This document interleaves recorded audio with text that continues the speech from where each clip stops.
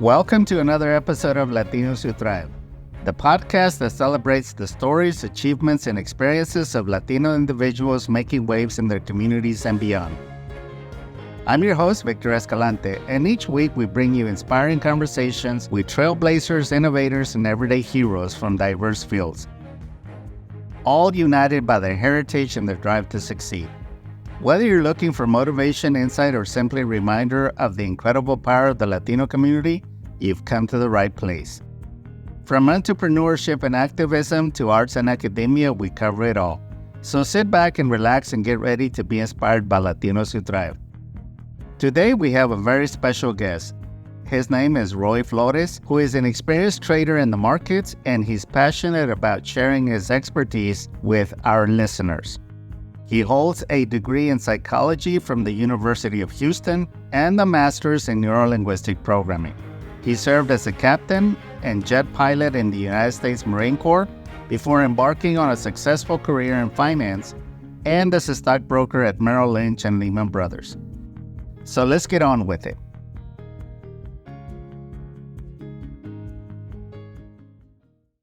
And now we have Roy Flores with us. Roy, welcome to Latinos Who Thrive. Hey, thank you for having me, Victor.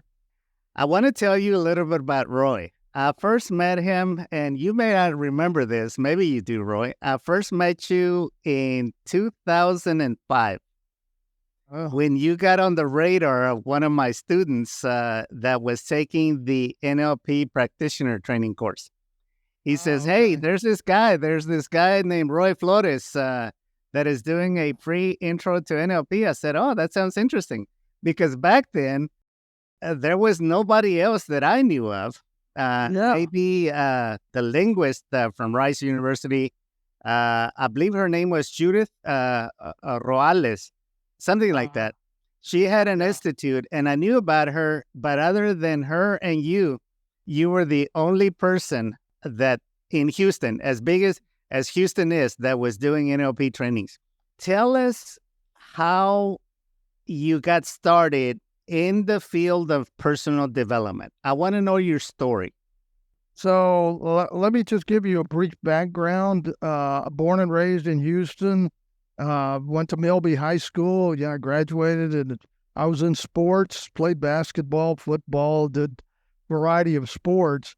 And I excelled in school. I was an honor student, and I joined the Marine Corps right out of high school for a couple of years. Got out in 1970, got my degree in psychology from the University of Houston right after that, and went right back in the Marine Corps because I wanted to fly airplanes. And I became an officer in the Marine Corps, and I ended up flying jets for a few years.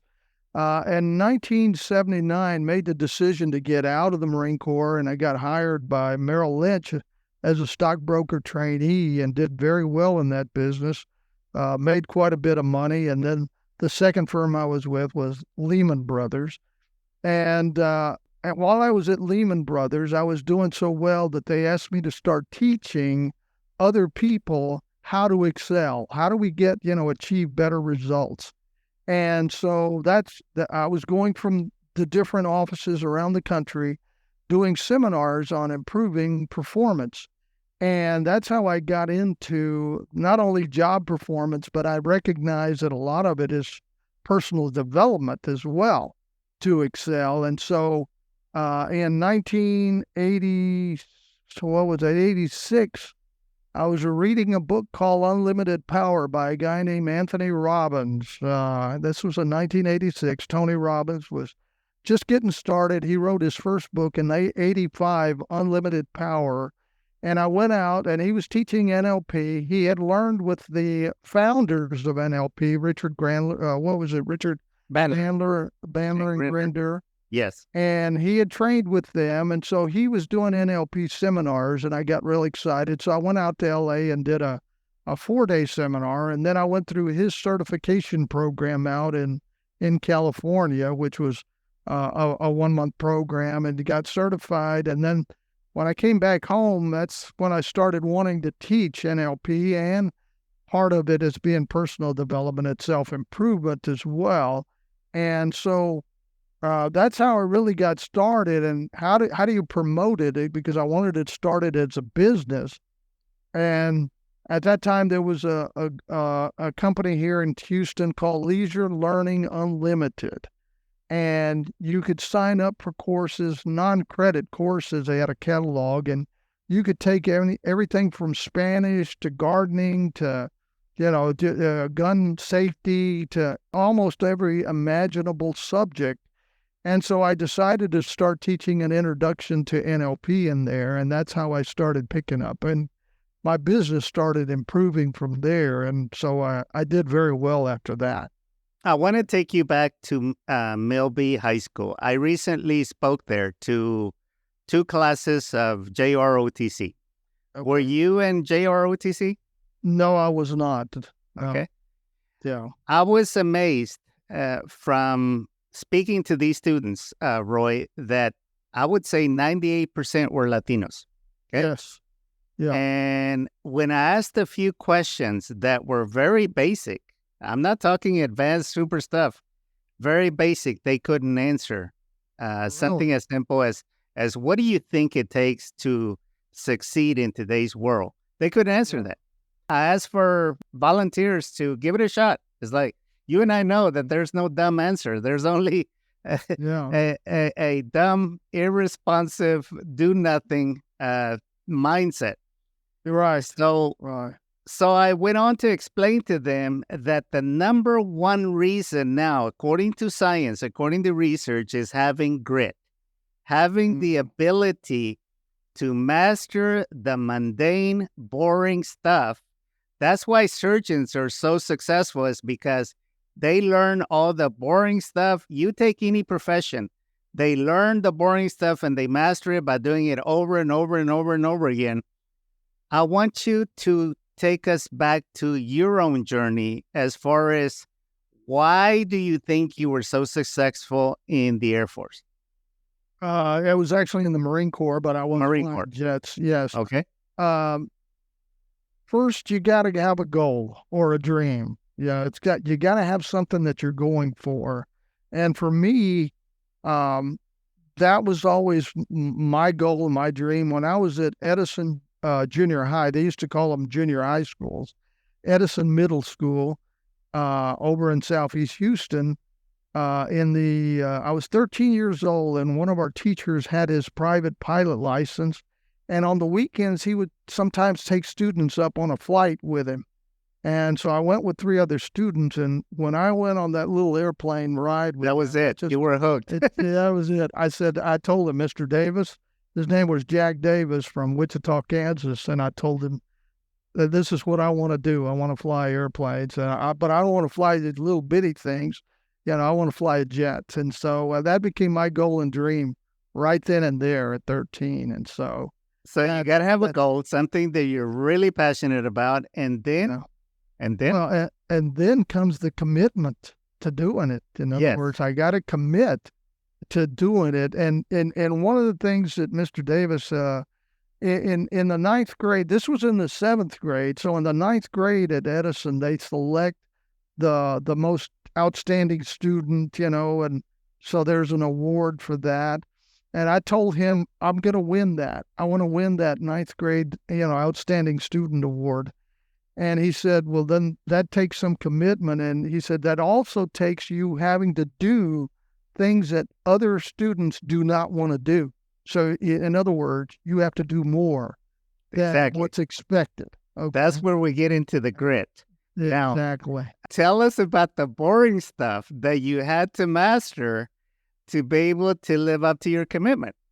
Well, so you have to do a lot of mundane things like, you got to take classes you hate that you wouldn't normally want to take or do. In other words, you've got to do things you don't really want to do, but you got to get through them, And so it's just keeping that goal in front of you, is constantly something that you have to work on.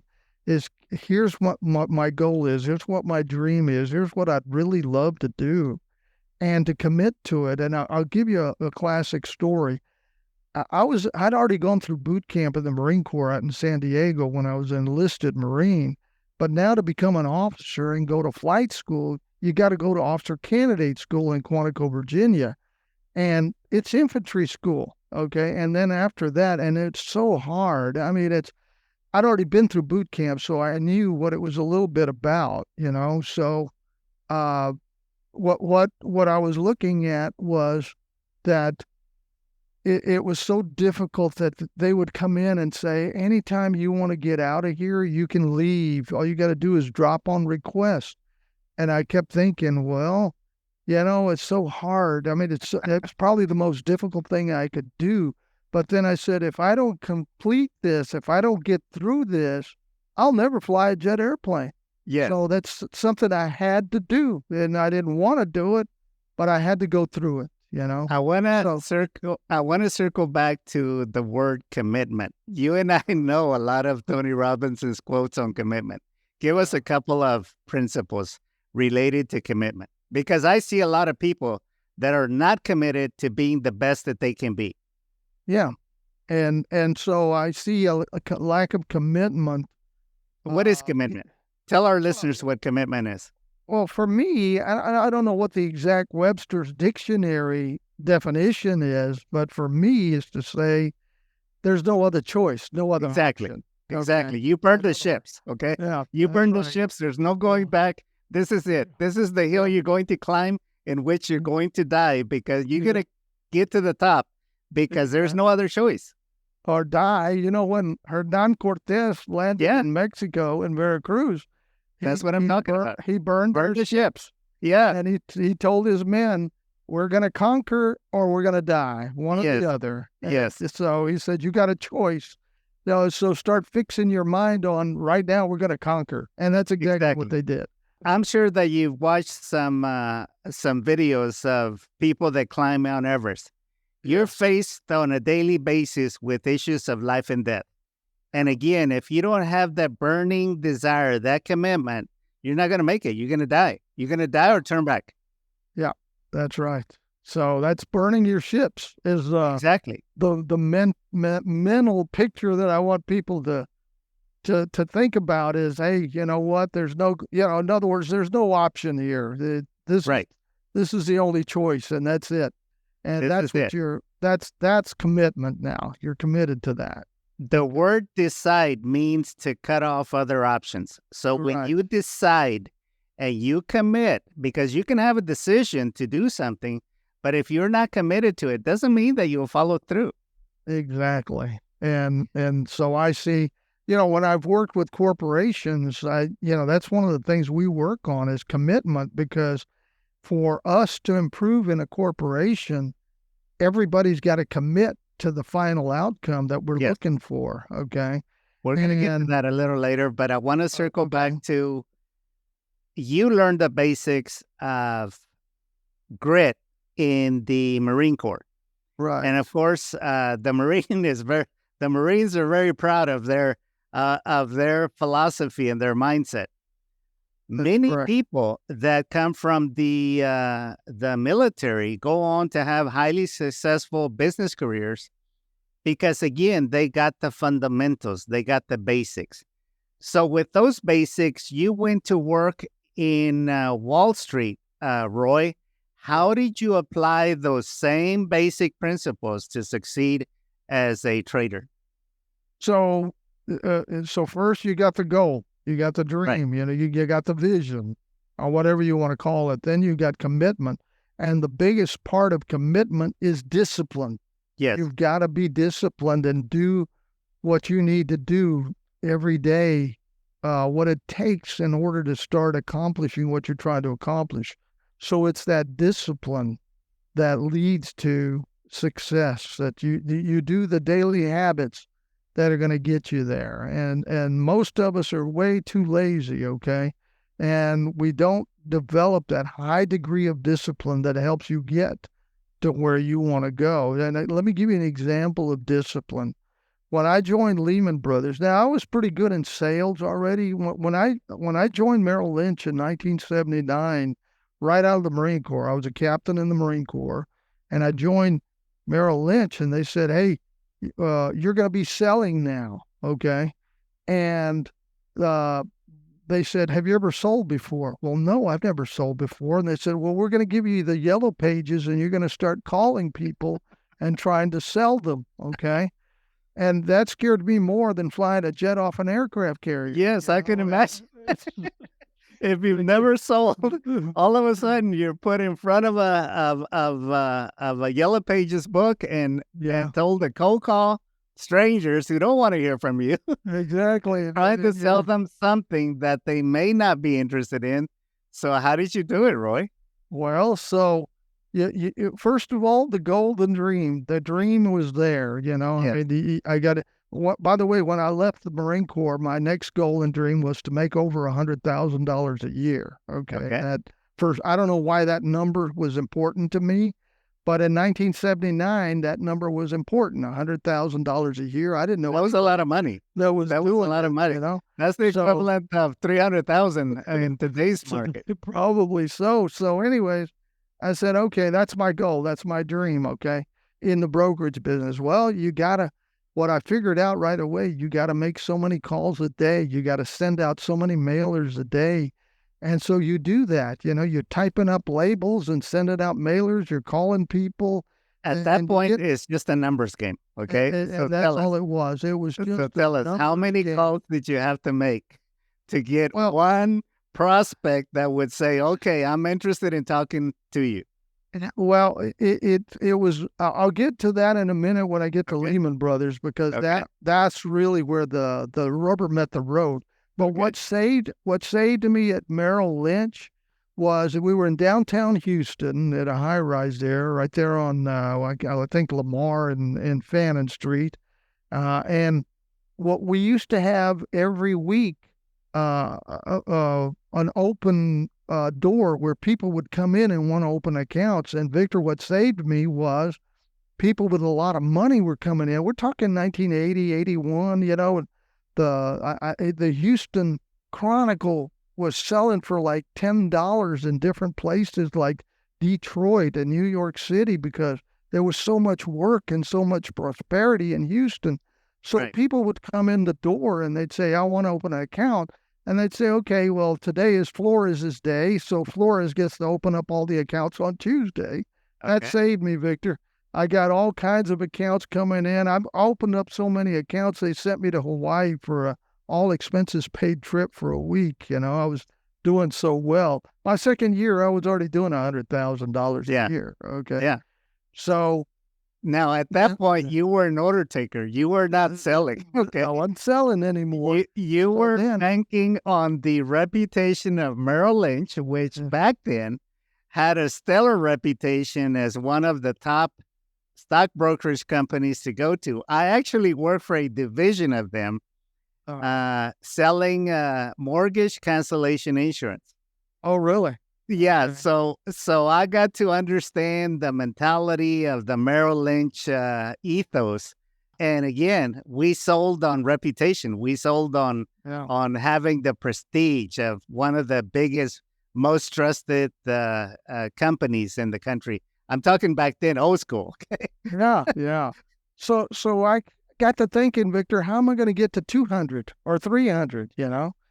And Lehman Brothers called me and said, hey, we heard you're one of the rising stars at Merrill Lynch. We'd like for you to join us. We have a system of selling. And this is when I learned to sell. Yes. So they were doing 100% telephone cold calling. Okay. Now, this is back in 82 and 83. And, they said, we're going to show you how to sell. We're going to train you. You're going to go to New York City. You're going to be trained in how to sell. And all you have to do is do everything we tell you to do and how many times we tell you to do it. Again, it's a numbers game, but now you're better at selling as well. Yes. This is now influence and persuasion. Yeah, you were knowledgeable about the product because you had the training at Merrill Lynch. So you could talk the language, you could convince people, because let's face it, we buy from people that we like, that we trust, and people that are knowledgeable in what they do. Okay? That's right. So you had the knowledge. I'm sure by now you had developed the charisma, the ability to be likable. And of course, if you were an ex military officer, you could easily develop rapport to have that trust.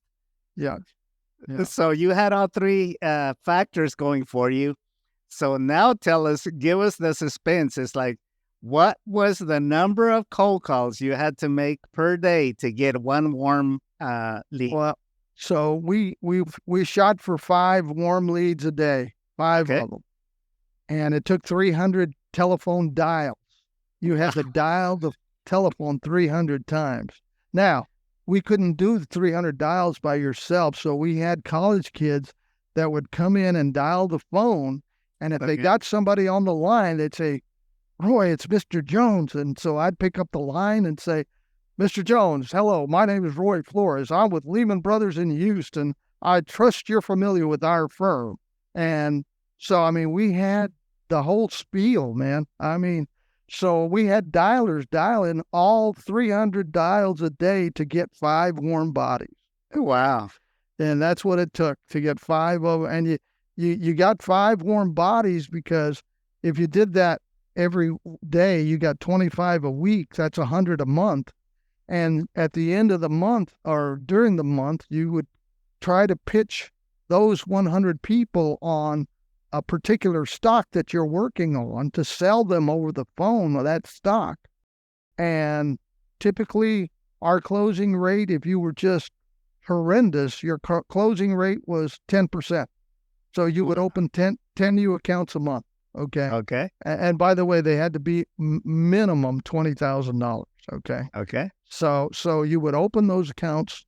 Victor, you're selling a stock over the phone. Yes. Okay. Unseen and stock that the customer doesn't know anything about. Exactly. He's buying off of your recommendation, your persuasion skills. Exactly. And Victor, this is in those days, the guy's got to write a check or the gal's got to write a check, put it in an envelope, put a stamp on it, address it to you, Yes. mail it to you. Yeah. Okay. It's not like you can get on a smartphone and just click send and you're done. There was lots of friction in the process that they could have said no, or they would get cold feet to where they would reconsider what they had just committed to. Yeah, they've already sent the check in the mail. Yeah. In spite of that, you were able to thrive, Roy. To what do you attribute your success? It comes back to the same old thing, Victor. You got to have a goal or a dream or a vision. And I knew what mine was to start making, well over 100,000 a year. And then, you got to have the commitment and then the discipline. That 300 dials a day, you got to dial. Now, by this point, you were actually liking what you were doing, weren't you? Because no one ever succeeded doing something they hated. So what was it that you liked about the industry and about the sales process? Well, number one, that people are looking for it. Even today, people are still looking for a way to make money, right? Mm-hmm. And if you can show people a way to make money, then there's a high degree of interest in this. And we were dealing with people. We would buy a list of people that were actually cards, 3x5 cards, of people that had already been identified as having a lot of money or real high-level executives in corporations. And we had hundreds of thousands of those leads. So we were calling people that already had a lot of money, but guess what? They're always interested in learning how to make more or how to manage their money better. So that was an industry that everybody had an interest in. In other words, money is, probably everybody's number one interest. And so the other part of it was, if you've ever seen The Wolf of Wall Street, that, I haven't seen the movie, but I've seen so many different references about it. Basically, it's about greed. It's about greed. And that, they would tell you, go buy a big house, go buy a big car, because now you're going to be motivated to pay for that house and that. Now you got to pay. Yeah, you burn your ships, and now you gotta pay for new ships. Yeah, so that's what they encourage you to do. The other part was now that I was also teaching brokers how to become very successful, because I had already done it. the travel, Victor, I was going to Miami, I was going to New York, I was going to Los Angeles. They're putting me up at the Ritz-Carlton Hotel or the in New York City. They used to put me in at the Park Lane Hotel across the street from the Central Park. We're talking in 83, 84, Victor. That was probably about $400 a night, Yeah. And so you're being treated like royalty. They're taking Yes. you to the best restaurants. Yes. I would take my wife with me, and so I mean, it was just phenomenal.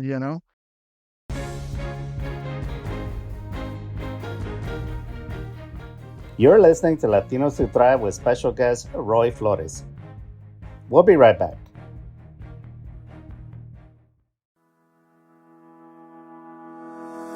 Are you ready to unlock your full potential and embark on a journey of limitless knowledge and boundless creativity? Look no further than Wizard Academy, where dreams become reality. At Wizard Academy, they are not just a school, they're a community of visionaries, dreamers, and achievers. Whether you're a student, a working professional, or someone looking to reinvent yourself, Wizard Academy has a place for you. I know because I'm a graduate of the World Changers class of 2007 when I worked in print media. Imagine being guided by industry experts where innovation knows no bounds and where your passions are transformed into skills. Their cutting-edge programs span technology, business, arts, and more. You'll discover the magic within you and you wield it with confidence. At Wizard Academy, they embrace diversity and creativity, and they celebrate your unique journey. So be sure to join them in the heart of innovation, where the extraordinary becomes ordinary.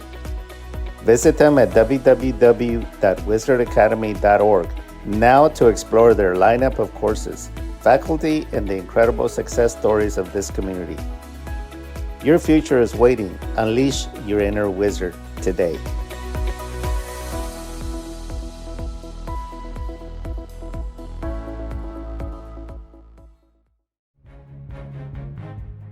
We now return you to Latinos Who Thrive with special guest Roy Flores. What were you teaching? What was your system that you mastered that made all the difference for the stockbrokers that you were training? Well, so some of it was NLP. A lot of it was personal development and self-improvement. But, Okay. Just to give you an example, in NLP, we talk about the modes for learning and understanding information. So there's visual, you see it, auditory, you hear it, or kinesthetic, you feel it, okay? Yes. So all three, and that's how we learn best, by getting it in all three. But most of us have one that's a preference, like mine is visual. I got to see it for me to understand it. So I came up with ways of, just to give you an example, in the cold call, part of the cold call, I would say, Mr. Jones, let me ask you a question. If I could show you an investment that you felt could make you 50% return over the next year, would you have an interest in hearing more? So I said, could I show you visual an idea that you felt could make you 50% over the next year? Would you have an interest in hearing more? Yeah. So you hit all three: the visual, the kinesthetic, and the auditory. So that's I was designing presentations using that, but also asking questions and getting people involved in the sales process. So what are some of the power questions that you can ask, Yes. And the way you can ask them to get people involved, because normally a salesperson does all the talking. And you don't want to do that. You want to ask questions and have them talk and be part of the sales process, okay? So that's what I was designing, those kinds of things in the selling process to get people to be more successful. Let's transition into, you actually developed an expertise for picking stocks. That's correct. You actually developed a system through which you could have a nice return on your investments. Talk to us about that and how that came about, because now you're doing that consistently for individuals, and you actually have classes. We want to hear more about that, but tell us about the system that you developed for being able to pick winning stocks or to study trends. Did you ever come up Yeah. with your own newsletter that to where you made Yeah, I have. recommendations?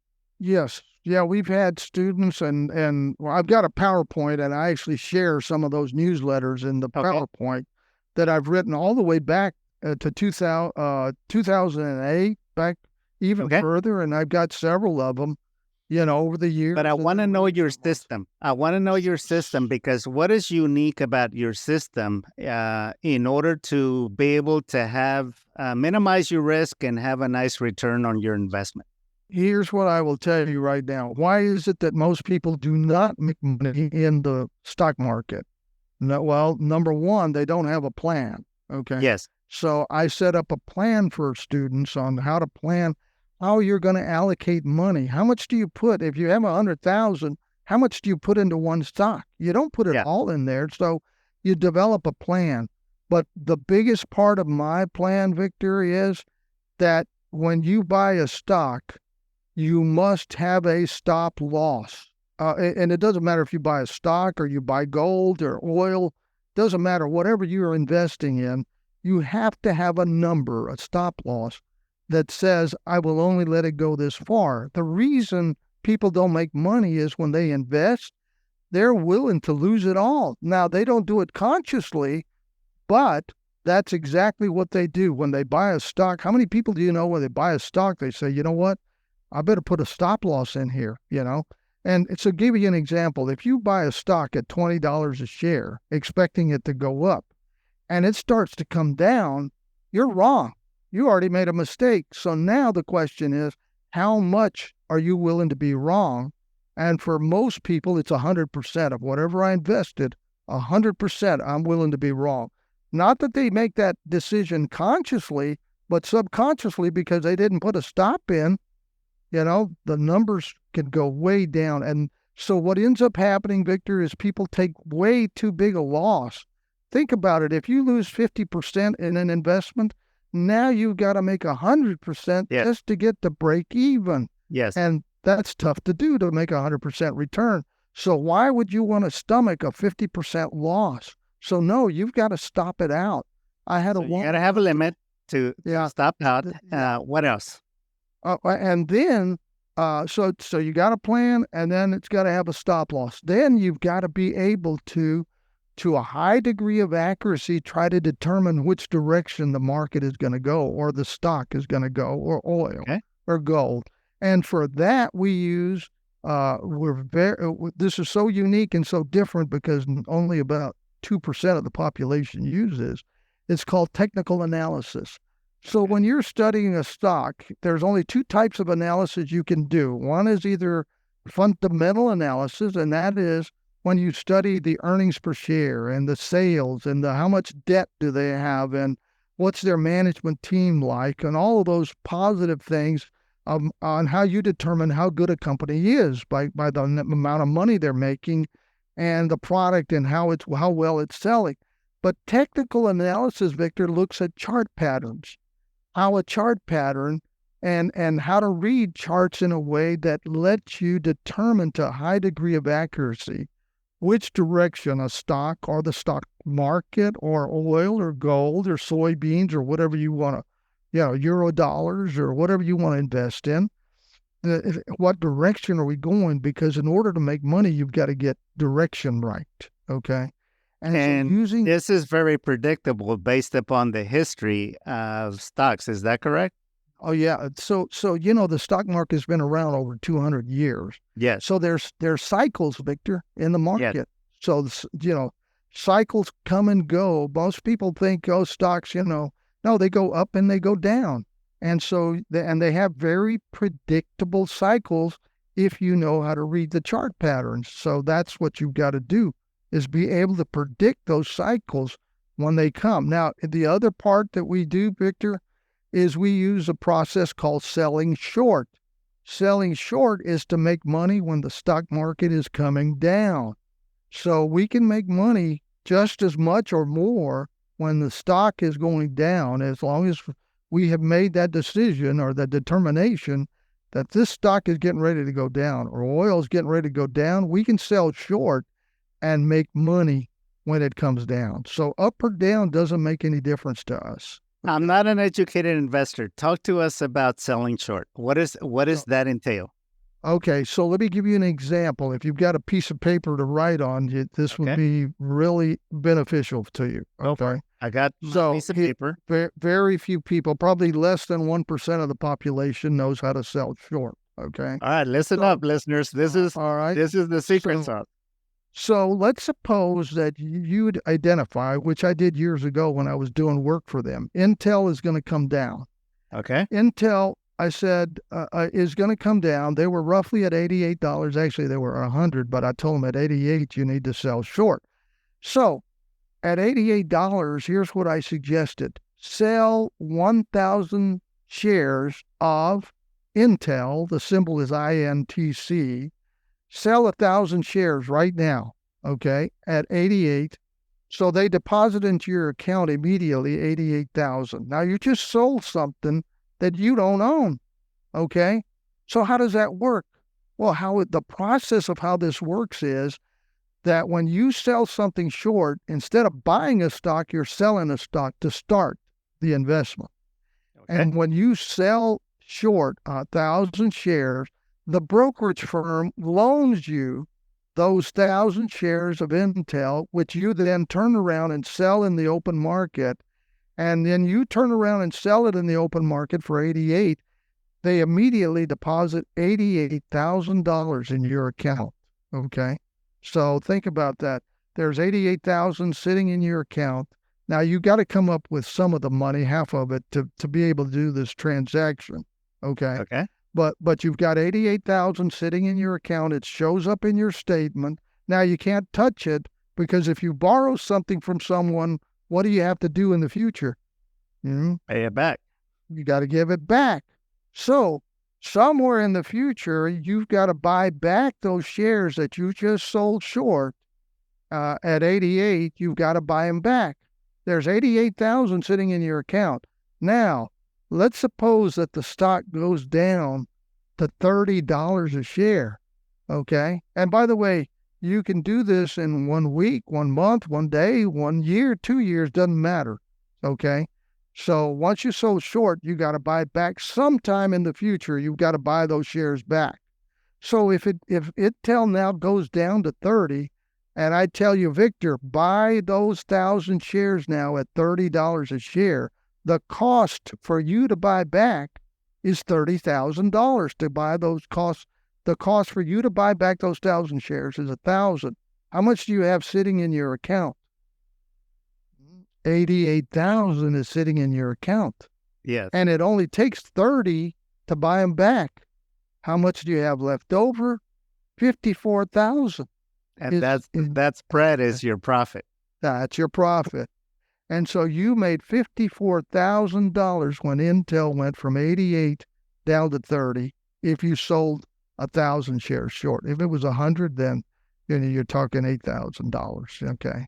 So did you ever become a day trader, Roy? I teach day trading. We teach all kinds of trading. Okay. So in our school, we teach all kinds of day trading. We teach some of my students work in the oil and gas business. They actually work in the Gulf of Mexico drilling oil. Okay. And they're out there on those drilling rigs sometimes for 2, 3, 4 weeks at a time. Yeah. So some of my students can only invest once a month. Yeah. So I've got to show them how to trade on a monthly basis. And I've got some students that trade 8, 10 times a day, 12, 15 times a day. They're looking at a 5-minute chart, in and out, in and out, in and out. Okay. So tell us how you are teaching your classes and your students, Roy. Go ahead and tell us now. So the way technical analysis works, these are chart patterns.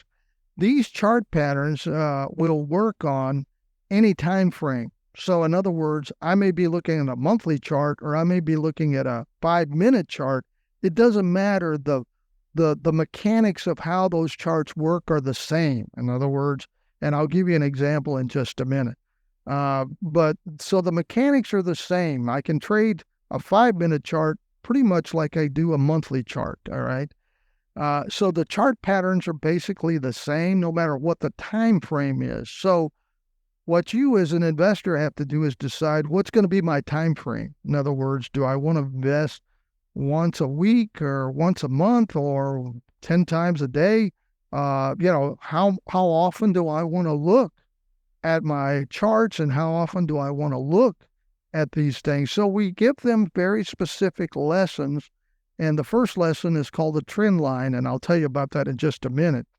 But we also use one other thing that very few people are familiar with or very good at, and it's called Japanese candlestick patterns. Have you ever heard of that, Victor? No. Japanese candlestick patterns have been around. They were invented by rice traders in Japan 400 years ago.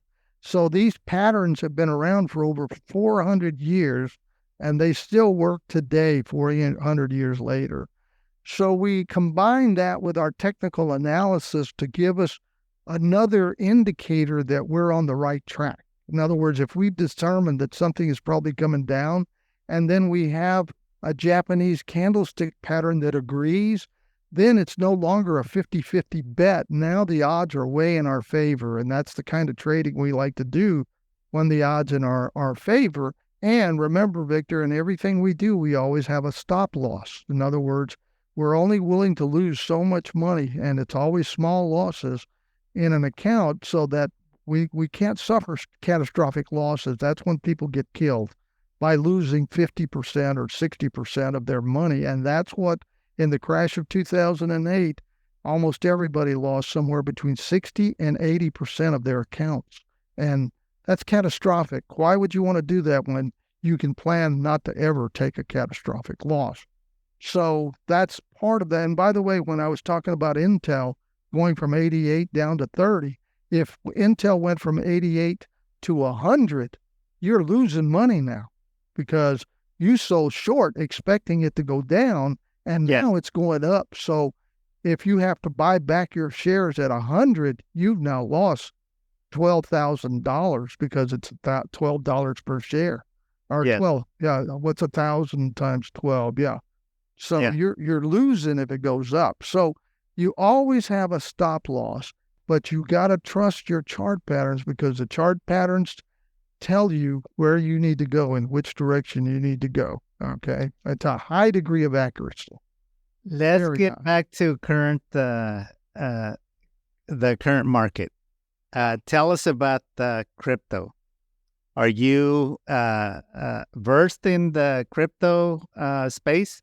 Yeah, a lot of my students are in crypto. I wrote in, this must have been the December 2021. I have an email I can send you, and your students as well, or your listeners.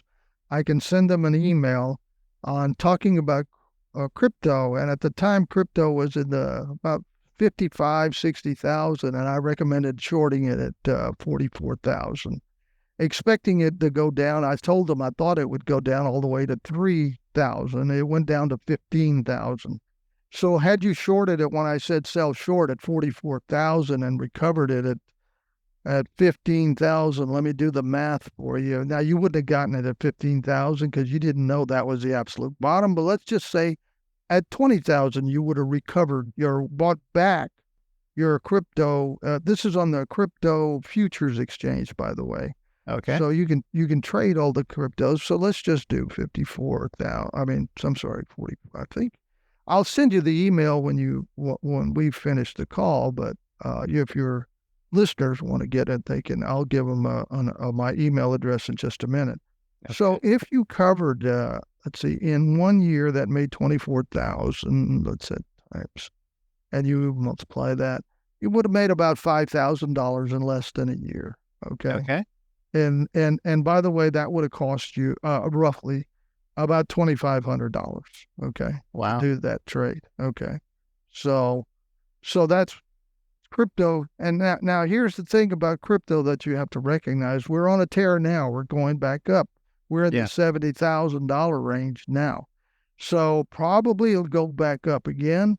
And so again, as long as the charts say up or down, then that's the direction we trade. Cryptos are now on an upswing. So yes, and sooner or later, they'll only go so high and they'll come back down, and we'll trade it on the downside, just like we did in December 2021 when it went from 40,000 down to 15,000. Okay. So, and I sent out the email before that ever happened. So again, my predictions are very accurate because we know how to read these chart patterns. Okay. Do you follow similar steps as Warren Buffett, or is that a totally different model? Warren Buffett uses more of Benjamin, what was the guy's name? They wrote a book on Graham and something. They wrote a book on assets that make money, right? And they look for value in a company. So they want a product like Coca-Cola. That's one of their big holdings. They're looking for value. He looks at Apple Computer because of the value that Apple Computer has. Yes, we got to look at value, but here's the thing. The company can be making money and have all kinds of value, but they can still drop in price because the market doesn't just isn't just driven by the financials. It's driven by psychology as well. And let me give you an example of this. When Intel was at $100 a share, they knew that a downturn was coming in their industry. And I'd already told them that I expected their stock to go down to $34 when it was $100. So they started getting lean and mean. They started getting rid of debt. They started closing plants that were not as profitable or not as efficient. So they got lean and mean. And so their stock went, their stock went, Victor, from $110 a share down to $11 a share. Wow. Here's the kicker. At $11 a share, they were in better financial shape than they were at 100. So what's the difference? Why are they such a low price when they're better financially off? Well, it doesn't matter how good financially you are. If nobody's willing to pay you more than $11 a share, that's market psychology. Nobody wants to pay more than 11. Yeah. So you got to wait for the market to tell you which direction it wants to go. And the only way to determine that is through technical analysis, the way we designed it, through these technical patterns. Okay. Roy, how much does it take to get started with you to as far as playing the market? So I've got some students that start with, just doing very limited things. They're very small investors, 2,500, but I recommend a minimum of 5,000. Okay. And then I've got some investors that have, well over $1 million. So, it just, everybody runs the gamut. I mean, but it doesn't take tremendous amount of money if you're a small investor to get started. I mean, heck, you could do it with $1,000, but the problem is it limits, extremely limited to what you can get. You need volume. You need volume in order to be able to develop momentum. Yeah, and you need to be able to buy 2 or 3 different things. You can't rely on just one thing. Right. Okay. So you need to get 2 or 3 different things. Okay. I saw that with a roommate of mine that he was a day trader and he was plugged in directly to Wall Street. Oh. And he lost $500,000. He held on to MCI and down to where it went down to zero. No, and that's, I told you, he didn't have a number, Victor, that said, hey, I'm only willing to lose so much money. Exactly. It goes down. We ask stock traders to put a 20% stop loss in. So if you buy a stock at $20 a share and it comes down to 16, which is 20%, you're out. Yeah. And that's already entered in the computer. Yeah. So you can be in Hawaii and it's going to kick you out. Yeah. So you're not willing to take any more than that as a loss. Okay. So we'll have your email address in the show notes, Roy. How else can people get a hold of you? So I have a website for trading, and it's called powertradingsecrets.com. Powertradingsecrets.com. We'll also have that in the show notes.